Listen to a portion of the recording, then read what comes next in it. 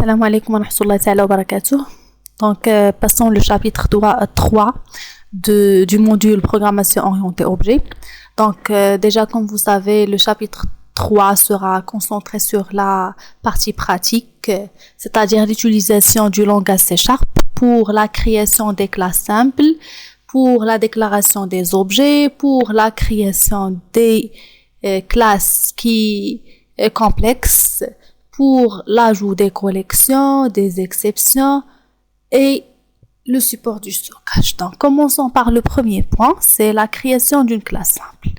Donc, déjà, comme vous l'avez déjà vu, une classe contient deux parties, une partie attribut, une partie méthode.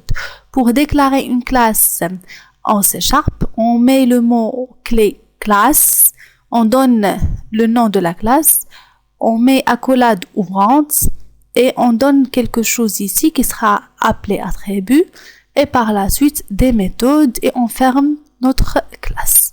Donc voilà un exemple. Classe personne, des attributs qui seront déclarés comme des variables, nom avant d'écrire le nom de l'attribut, on met le type, la même chose pour âge et la même chose pour adresse. Donc la classe personne contient trois attributs, nom, âge et adresse. Par la suite, on met directement la méthode qui s'appelle afficher info. C'est une méthode qui sera une méthode publique et qui retourne rien, c'est-à-dire que c'est une procédure. Et par la suite, cette méthode n'a pas de paramètres et il permet tout simplement d'afficher. Donc, on utilise WriteLine, c'est afficher. Et on met ici le texte qu'on veut, plus la valeur qu'on veut prendre. Ici, c'est plus nom, N majuscule, c'est-à-dire on veut afficher la phrase « le nom est » et on récupère le nom de la personne. Et la même chose pour les autres. Et bien sûr, on n'oublie pas d'ajouter le point virgule à la fin. Voilà, donc c'est simple. On ajoute toujours le nom de la classe, les attributs et les méthodes. Si on a une autre méthode, après cette accolade fermante, on ajoute une autre accolade. On ajoute une autre méthode avec le nom, le type, les paramètres, les accolades ouvrantes et fermantes. Voilà.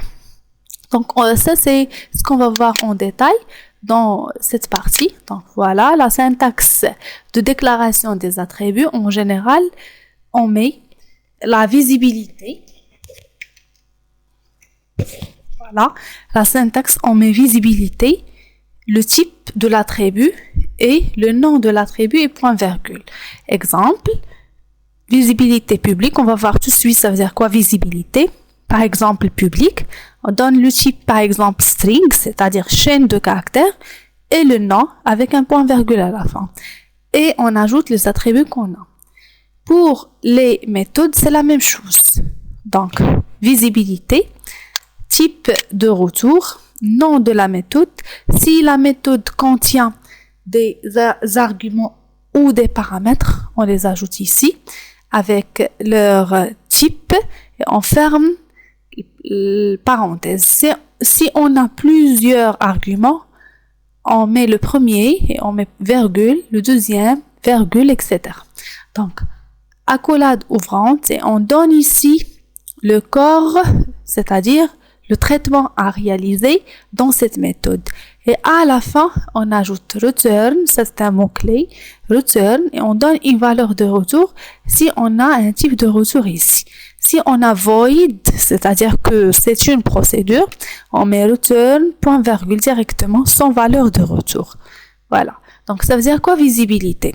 Tout simplement, la notion de visibilité qui concerne, comme vous l'avez déjà vu, que ce soit les méthodes et les attributs, c'est tout simplement ce qu'on veut dire,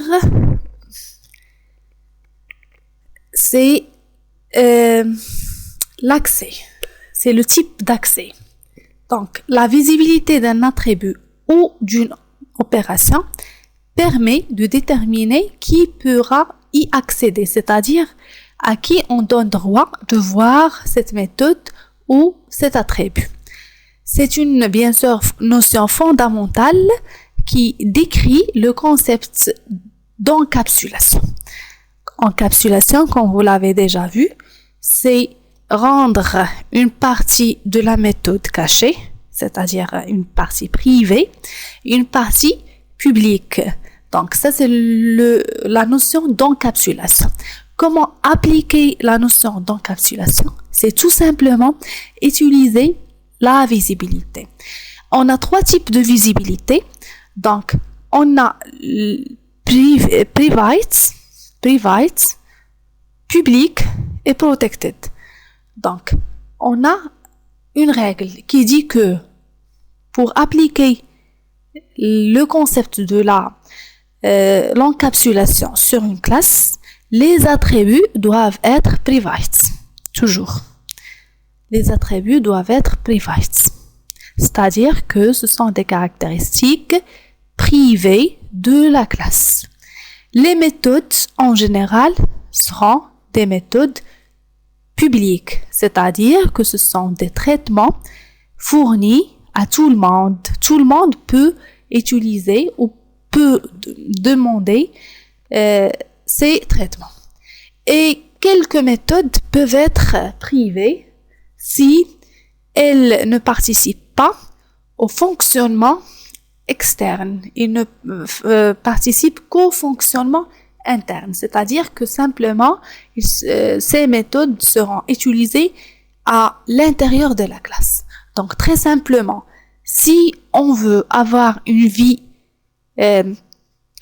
privée de la classe, on met private, la visibilité private, devant les éléments